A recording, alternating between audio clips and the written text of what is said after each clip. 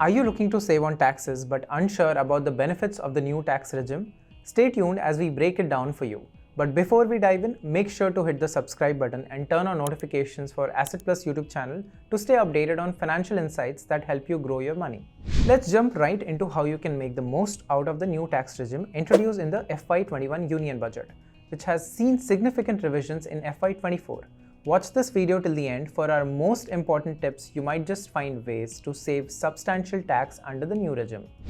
Understanding the new tax regime. The new tax regime, now the default choice, offers a revised tax slab and the extension of rebate under Section 87A up to 7 lakh rupees of income, with the introduction of a standard deduction and no tax for annual income up to 7.5 lakhs. It seems like an attractive option for many. But with these changes comes the question, is saving on taxes still possible under this new setup? Tax saving avenues in the new regime. While the new regime limits some of the deductions and exemptions available under the old structure, there are still avenues open for tax saving. Employee Provident Fund and National Pension Scheme.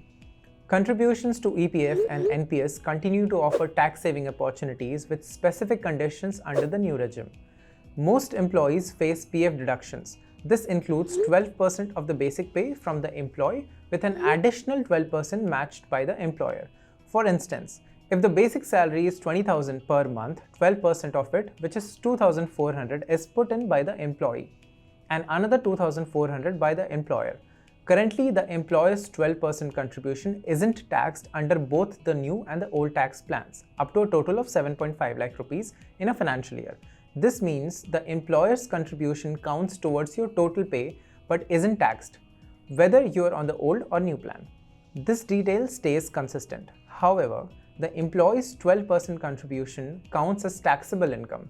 It's exempt from tax under Section 80C in the old regime but not in the new one. Likewise, an employee's NPS contributions under Section 80CCD up to 10% of the basic salary are tax exempt in both the new and the old plans within the limit of 7.5 lakh rupees per year. So if the basic salary is 20,000 per month, that equals 2,000 per month or 24,000 annually. You can request your HR to opt for the employer's contribution under Section 80CCD. However, your employer might not approve it until the start of the next financial year. Let's move on to the next tax saving method, home loan interest deductions. For those with home loans, particularly on let out properties, there are still deductions available that could reduce your taxable income significantly. Let me simplify this for you. The home loan EMI you pay is made up of two parts, the principal and the interest. The part of your payment that goes towards the principal amount is tax deductible up to 1.5 lakh rupees in a financial year under Section 80C in the old tax regime. This deduction isn't offered in the new tax system. The second part, the interest, can be deducted from your taxes depending on what you use the property for. Firstly, let's talk about a property you live in.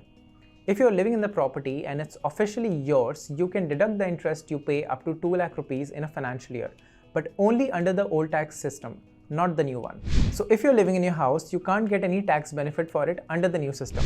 Now let's discuss a property you have rented out.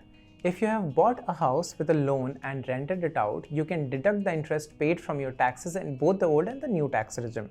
In other words, if you are renting out a house you bought on a loan, you can reduce the amount of tax you pay on the rent you receive by the interest you have paid in both tax systems.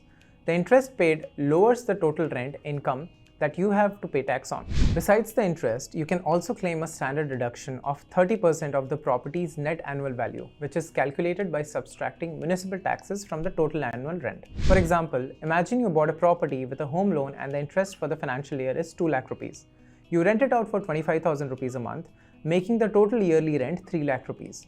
After taking off municipal taxes, which we'll say are 10,000 rupees for the year, you can deduct 30% from the net value. Then you subtract the home loan interest and only 3,000 rupees end up being taxed. However, under the new tax system, if these deductions lead to a loss, you can't deduct this loss from other income sources or carry it forward. Essentially, you're not compensated for a net loss on the rented property in the new tax system. Now, what if the property is empty, not rented out or lived in? You can claim a zero annual value for up to 2 houses. So if one house is where you live and the other is empty, it's fine. But if you own more than 2 houses and another one is also empty, you must include the assumed rent income from this empty house in your tax calculations as if it was rented out. You'd need to estimate the rent based on similar properties and pay tax on that amount. Work-related reimbursements. By utilizing reimbursements for work-related expenses, you can effectively reduce your taxable income without stepping outside the guidelines of the new tax regime. Many companies include various reimbursements in the total compensation package (CTC) that employees can claim by providing the necessary receipts and evidence. These reimbursements cover expenses like fuel, travel, driver's salary, home internet, books, etc. By opting for these reimbursements, you can save on taxes. They are not taxed under both the old and the new tax regime, given that you provide the required receipts and evidence. However, if you fail to provide the necessary proofs, your employer may subject these reimbursements to taxes as applicable. It's important to note that these reimbursements are already included in your CTC or salary structure. If you fail to provide the required proof, you will end up paying taxes on that portion of your salary. Under the new tax system, these items remain tax-free because they are classified as reimbursements rather than deductions or exemptions. These are expenses you incurred for your employer as part of your job and your employer reimbursed you for them. If you have any questions about these reimbursements, you can consult your HR or accounts department. Alternatively, you can refer to your employment offer letter as it often contains details about these reimbursements. Specialized tax benefits. Beyond the more common avenues, the new regime also includes these specialized tax benefits for certain conditions. These range from family pension deductions to allowances for official purpose. Each of these options require a closer look to understand if they apply to you.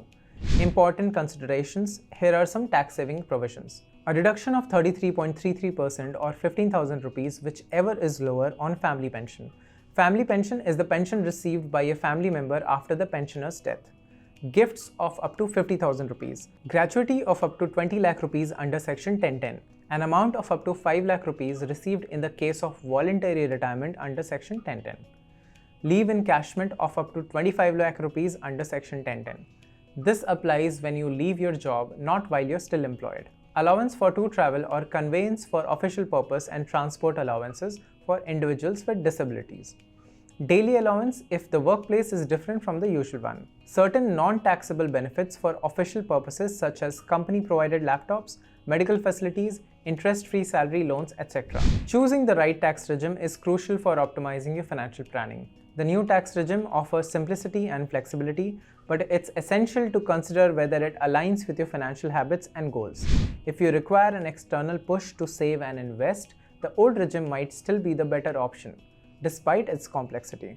We hope this video has shed some light on the potential for tax savings under the new regime and helped you make a more informed decision. Remember, every little bit of savings counts towards building a more secure financial future. Don't forget to subscribe to the AssetPlus YouTube channel for more insights and tips. If you found this video helpful, give us a like, share with your friends, and let us know in the comments how you plan to save on taxes this year. Thanks for watching.